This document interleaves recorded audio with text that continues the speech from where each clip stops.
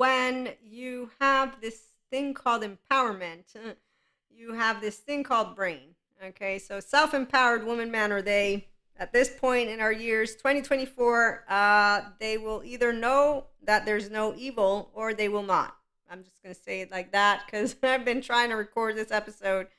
Oh, it's humorous, humorous, humorous. Okay, so this evil thing, there's a scale from Michael Stone. He's a forensic criminologist. We also have neuroscientists like Patrick McNamara proving there's no, demon that possesses a human being brain. There's a fear receptor. And obviously, he's still working on his data. So is Stephen Porges, the polyvagal theory doctor. He's also still working on his data. But we can sum it up to say that between attachment categories and styles and trauma, there's a very good number of and more research in years since like 1970s and beyond where we know that there's 1 year old, and if you don't get secure attachment, also we will have temperament that will create personality. So there's stuff that matters. And so if you get home to yourself, which is where I'm at home always with myself, if you want to get home to yourself and you love and love humans and love compassion and peace, come on over. The evil thing, there's not, yeah, we don't use the religious text or philosophical text. We can use the word because obviously it is there, but it's no one's inherently good or evil. We know that. It's a fact. It's not a hypothetical. Now that we have people who are in a scale, like I was saying, the forensic criminologist, yeah, they all end up in prison, some of them for doing stupid things because they think they can get away with it. Those teenagers, yes, adolescents tend to think, and sometimes they grow up and they still have an adolescent brain. Because if you don't get out of the maladaptive child behavior or adaptive, you're going to stay the 16-year-old version of you. I've seen it in life. So I call them Cusco's, Pinocchios with ears and tails, so they stay wooden. They don't become their inner child because, they don't say, oh, let me go and get to become a secure attachment 1-year-old with a 3-year-old that doesn't have shame anymore. Let me get to see myself. So when you get to see your solo self and then you connect to others, that's when you start to be a real boy, real girl, real day in your body. I'm not talking about on the external, we all have flesh. I'm saying when you get to become restorative embodiment, self-aware. This is very important. It's gradual. So people who are taking their trauma seriously, they know all about how it takes their good therapist and then the healthy self-worth, empowered men, women, and days who say, yep, I'll hold you accountable for all of it. And I'll also know how to hold space for anything. I won't demonize and I will not romanticize. And I won't not tell you how you're behaving. I'll tell you all of it. Actually, if you point out to me the list, I'll even be able to spot. Oh, there's your tone right there. Oh, look, there's your dorsal vagal. Yep, you went dorsal right now. Okay, so here's the deal. I support people for personal development, self-help, the ones who do want this thing, Sadhguru. It does not take any spiritual teaching or practice to become loving, compassionate, and peaceful. It is just simple sense. Okay, so we're human love vibe. The human suffering, they have a Zen master who tells them about laundry in their body. I have the capacity to share with you. I have had panic attacks, fear, pure fear, bunch of things. I'm a 5D mystic. Kundalini awakening is not tragic. However, I have a secure attachment 1-year-old. Also, I don't have this thing of fear of inadequacy. When I got to my social system as an 11-year-old, I will say 11, 12, 13, 14, I learned all about the unkind adolescents who are, to this day, moody, and so they get unkind. They're called low self-esteem, indirect communicators, passive-aggressive. They have no idea of how boundaries work because they cancel and friend, they block, they call you names, they go and insult you, they twist things. There's a bunch of different things that I've seen out there. And then they don't notice how to, boundary. Yeah, they have no idea. Like love-dependent people. Wow, you should see. There's stories on that one. Okay, the love avoidance, we usually don't have to deal with them because they just leave. So in all of those cases, so people who want to become loving, compassionate, peaceful, they know that the world inside is important. We don't have mantles of mental health, mantles of spirituality, or mantles of yoga. We know yoga is a ventral vagal nervous system portfolio of exercises and mindfulness and mindsight. They work your brain and your mind, and then your relationships. Okay, so you have a solo self, and you have a relational self, and a narrative self, and a core self. Thank you, Daniel Siegel. And I'm attachment trauma informed. So, with that being said, an empowered woman, we love to be around all people. When I meet unkindness and moodiness, I have learned as an adolescent that they are unreliable because they lie to you in your face and then in your back. When you ask them, all they say is fear, and they don't take ownership, and they actually also then switch things about. So, you just learn. I learned how to leave it alone. The right silence is patcham. And so that's where healthy self-worth, I don't need to close anything out with anyone. It's also why we don't have saga or drama with our twin flames, by the way. We don't need titles like that. These are all beautiful people. Mystics that are actual feminines will know, like, why are you talking about my entire oversoul? Like, you think you know how to do life better than them. Don't you know that's disrespectful? Your mantle right now. Okay, so mantles are Elsa journey people. They usually follow the 7 to 14 charming, and they end up being Peter Pans, Wendy's, lost boys, lost girls, and they don't notice that they're a person. So they don't go save their inner child. Again, they stay adolescent. You'll notice it because a narrow self is a very small energy. And that's what a 16-year-old stays at once they say, oh, I know everything. And then they become this karma wheel. So they're not an energy vampire. The only reason the 4D talks about energy vampires is because they have this porous boundaries. So they will be those love dependents that are in codependent relationships, and between the manipulative, desperate, and shame, and the controlling and angry and grandiosity, and you'll see them have that dynamic because, energy balances itself out. And one will feel they deserve to be treated like shit, and the other will feel that they deserve to be empowered, and then they like that power play. It's a push and pull, and really it's not funny, but movies like Hangover and Mean Girls make it look like that's what love is all about. And actually, Stephen Porges was going to write a book about what love actually is, which is nothing like that. It's only when you are a healthy self-worth, securely attached person here that love, because your oxytocin gene hormone is going to be on, and then you're knowing how to sit with your herd and stay there versus feel afraid and in this hyper vigilant and in this toxic energy that's really consuming because you're on and off, on and off, on and off. And that's actually where we see people. So love dependence, I've seen them with the interaction. Again, we don't go telling people who don't want to move into the human love narrative anything because they already tell you, no, Maria, this suffering thing, yes, mindfulness or mindsight or meditation, nope, it won't help me. I don't want it. No, journaling and narrating, no, that I don't want that either. I actually don't agree that my trauma charges from my 3-year-old have anything to do with anything, or my 1-year-old for that matter, and that if I write stuff down, so you can try and support people however you may, but when they've decided the inner critic and outer critic and the drugging, fucking, and drinking and all that, and then just doing it all over again, the void, they just go and repeat their cycles. So, that's for... They tell you this is what world is, and you say that's fair and square. It's their subjective experience with their perspective and their self-agency. And so they have a story for you. The story is the same that I hear from anyone who says, the Zen master said we have laundry, Maria. So what you're doing, you're doing something that's unique. No, emotional awareness is not unique. It's called How Many of You Love Your Love? Come on over, empowered women, men, and days. So when you love... Again, thank you, Sadhguru. Simple sense. It's not simple, but it's simple. When you can have a window of welcome for emotions, and when you know your window of tolerance, which is what, again, is very important to know. When you do personal development self-help seriously, you get familiar with your thoughts and your emotions as not facts in any way, shape, or form.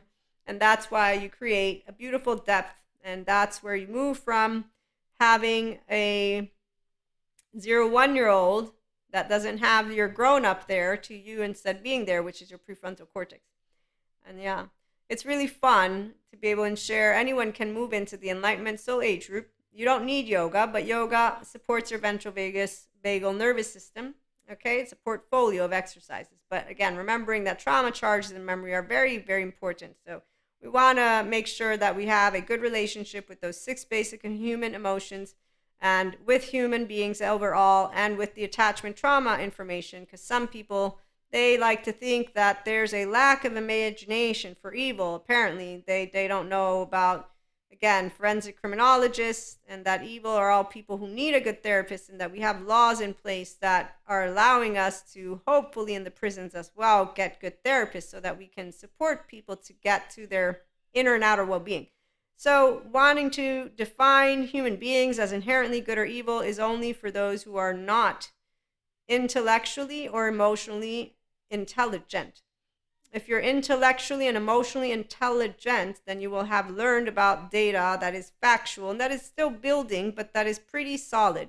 Because since the 1970s, they've been working on attachment trauma, neuroscientists, neurobiologists. So, a handful of human beings who have not gotten any of this data and continue to want to just box human beings up in this inherently good or evil, I'm going to say it's one-sided.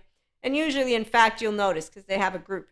So we do the group, it's a human group, and it's an empowered human group. I like to tap into my infinite higher human conscious potential experience as I share with you how easy it is for a body that has the first year of life as a secure attachment baby, 3 year, no shame, thanks mom, good relationship with emotions. This is the part. I have all of the reason in the world to be not in any way, shape, or form inadequate. I'm unconditionally loved with my flaws and imperfections, and any person can be here too. When you acquire the capacity to be your own safe haven, your own secure base, it's why for my solo polyamory or solo monoamory, it's not because we're alone, it's because when we're dealing with Cuscos, people who are unkind, they are usually insensitive, I think is a word. So when I was a teenager, I learned what people would do with that. It's not personal, Maria. It's just being different or something like that. They're like, it isn't personal. That's true. So when moods are what people lead with, I know that they have no desire to actually connect from their prefrontal cortex with me. Because if they did, then they would want to engage in a specific dance of the hearts. Okay, so you'll connect to each other in however many of those ways the depths of you desires to connect. And when you have healthy self-worth, that's in all the ways, in every single way imaginable. We'll talk more about empowered women and men in relationships and days. I don't know personally any days, but any person with empowerment says, this is who I am. You don't have to like it. What I know is that we're going to consistently, contingently bring to each other and to our human herd in reason with the neighborhoods, the laws, all that. We're going to grow more love together because that's the capacity to be a mammal, which is what every person is. The 0-1-year-olds who are, instead of loving life, growing more tired by the minute, they remain, again, a narrow sense of self. And while the external may see them and think that they're thriving, a body does not thrive in modulated embodiment. That is your sympathetic and dorsal vagal actively in what is the forefront. You do not know how to engage and rest and rejuvenate. Therefore, your body is getting tired because of the capacity of you not to enter into what is the prefrontal cortex, which is, again, a very straightforward equation for those who do have secure attachment. For those who move into earned secure attachment, they will know how to be here too.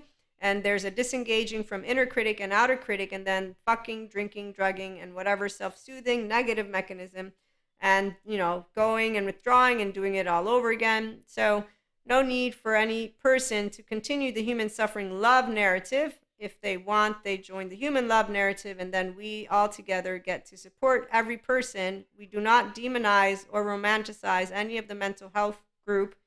And I want to be specific. We welcome all narcissists, psychopaths, sociopaths, all. No one is demonized or romanticized. Nobody is given a free pass. It's we work together to support those who need those secure attachment bodies because we're mammals. So we learn to self-regulate by regulating with others. You can only learn safe regulation when you are in the presence of that which is an open heart, which is in the presence of a person who is present. So I'm curious, open, accepting, and loving. If I know what we're dealing with, which I would if you're working with a good therapist, you're going to say, okay, I do this thing called black and white thinking. I do this thing called split thinking. There's a list of items that you will have identified. These are my emotional triggers. This is okay, so here's my list so that you can be aware. I'm not going to ask you to do anything preferable. No, actually, can you pinpoint when I'm doing something? That way we can work with it. And there you go. Because the reality is, the movies are a very bad example of everything and anything. If you want any good data, you find it from the good therapist, Dr. Daniel Fox. He's great with personality disorders. He's an expert and he humanizes and shares a lot of ways that people can work with each other. We have Daniel Siegel, and he's an expert on attachment and integration of the brain and a lot. We can look at Janina Fisher. We can look at Terry Real for couples. We can look at Patrick Tian for childhood trauma. Bezel Vanderkolk, I won't forget about you. C.M. Porges, Diane Heller, Peter Levine, did I mention him? So there's a lot of great names and people out there with information. But meantime, let's be supportive to those who want to return home, to their 0-1-year-olds, who want healthy self-worth, and that's really any person who's going to disengage from ancient books, because the reality is, why keep people divided versus we now understand about the embodied brain. Spirituality and sciences come together. Spirituality is a life of meaning and connection beyond the solo self. A 5D mystic will share there's no drama with twin flame or flames, no saga, no energy vampires. There's none of this stuff unless you're a 4D individual, and that's a bandwidth that I have noticed who is going to consistently navigate it. They're called Cuscos and El Sojourni, and they don't get home to their 3-year-old or 1-year-old. They have a teenager who thinks they can get away with anything and continues to live push and pull codependent dynamics with unhealthy self-worth individuals as they label each other energy vampires, dark auras, and then they weaponize words and they use you're a narcissist, you're a sociopath, and they're again just listing thing. Oh, look what you, and there's teenagers for you. They're part of a herd and their energy is small, and they will be manipulative in a way that will be obvious, like the situation that I found myself in. That's a person who's a sad story, you ask me, because totally a 50-year-old man who is doing what this human being did. You not noticing that you could benefit from personal development, at the very least, to good therapy with the partner that you live with just anything and everything, and then instead you're doing what this person did. Well, again, Pinocchio with ears and a tail who keeps following the fox and that other animal to go on the island. And that's the one part where you will find an empowered woman, man, or they will treat a person with decency, because that's how you treat them. In my head, I just think, what are you doing? There's therapy and, again, personal development, and you got the money. So there's no actual reason for an individual who's love dependent to manipulate desperately and do this thing that this person did, and a lot more. But they have movies to look at for examples and say, oh, well, people in life is fucked up. So those are teenager answers. When I say teenager, I'm not talking about teenagers. They sound like the teenagers I met, and I learned how not to follow the crowd, because Maria knows how to lead life from the depths, and that's any healthy self-worth human being, because we, again, feel very much, and we stay away from the negative people. They have a problem for every solution. The ones who talk about laundry in the body, they don't want to do emotions, which is really too bad, because emotions are awesome. It's really nice to be here. Come on over for personal development, self-help, the human love narrative, 5D mystic, enlightenment, woo-woo, again, and pseudoscience. Those are all terms. I use them on purpose. Human, spiritual, and spirituality elements. Those are subject matters, and I don't use words like a dictionary. So please, if you have questions, hey, what do you mean exactly? Because I'm confused. But the reality is, you will not be confused if you're just listening, because I have food for thought. It's a concept. The only people who have questions are the ones who are trying to prove things to themselves. I'm not trying to prove things. I'm talking to you about how it is to live self-empowerment, how it is to be able and be aware of your body. So you can ask, of course, ask all the questions. But my point is, if you're going to pick on one word, I'm going to know that you're thinking of the word in a specific way, fair and square. But I'm trying right here to educate you again to notice if your brain is chit-chatting, you're not listening.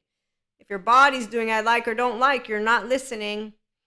If you're and then you're just allowing a person to flow, you finish, you pause yourself, you pause all of it, and you say, this is not right or wrong. This is a human being who has a subjective experience, perspective, and self-agency, and she's sharing something based on her background of knowledge. It's not truths, it's not facts. It's another human being giving me something.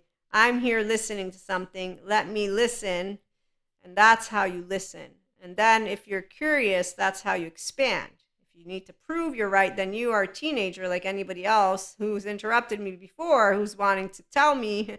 And I'm like, I'm not trying to tell you how to live your life. I'm just sharing Maria's something. What do you want? Okay, and to me, that's always was something that boggled my mind. Today I can understand. Thank you. What's her name? That lovely Lisa. As she states, or Kristen Lindquist, powerful emotions feel like irrefutable facts, effective realism. So people don't know how to just listen. And then again, some do. Hopefully this has been of support in this way. Again, you can do this. I listen to people, I don't like them because I don't like their tone. I don't like them because they have a narrow sense of self. I don't like them because they're ignorant. But I hear when they're talking to me because I want to hear what their subjective experience, perspective, and self-agency, because that's what it's called to be in a prefrontal cortex where I'm a person, you're a person. I do see you. I will not necessarily be able to soothe you because I will not necessarily feel safe or secure to be around you because you're not a person that I will trust, because you're a person like this man who's obviously in a shit with his own life, but you're a love dependent, manipulative, desperate human being who brings about awkward, unnecessary situations and various, this is passive aggressive, low self-esteem, indirect communication, and it's a waste of my time because you're a 16-year-old with a 3-year-old with shame and a 1-year-old, and I already heard your little song, and it's nothing new because I met teenagers as a teenager. I'm a 44-year-old woman. By the time I got to my late 20s, I was like, what are these people doing? And people are like, well, that's the way that people have fun. Really? Fucking in bathrooms, getting drunk, throwing up. What the fuck? That's not grown up. What are you doing?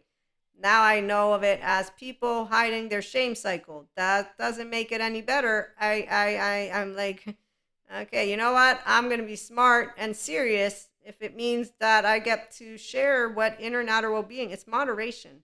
And you see his face because I'm thinking of so many different individuals who I have to say that I'm stupid just because I can't regurgitate, I don't know what lake or what, direction. And then again, you're living life like a Pinocchio with ears and a tail or a Cusco, and you're not noticing anything of this. And I, out of the decency of my heart today, will say that I will not in any way, shape, or form spell out to somebody how to live their life. My mother taught me, Maria, don't be other people's mother. Go do you.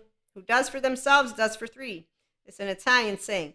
And that's why fear of inadequacy, I don't want. Do you think that I feel inadequate when I'm seeing people throw their life away in the garbage can? This is the part. I was like, what are you all doing? I'm not inadequate. I'm imperfect and flawed, but I'm perfectly perfect for me. And I definitely know that I'm doing something that is called balance because it's smart.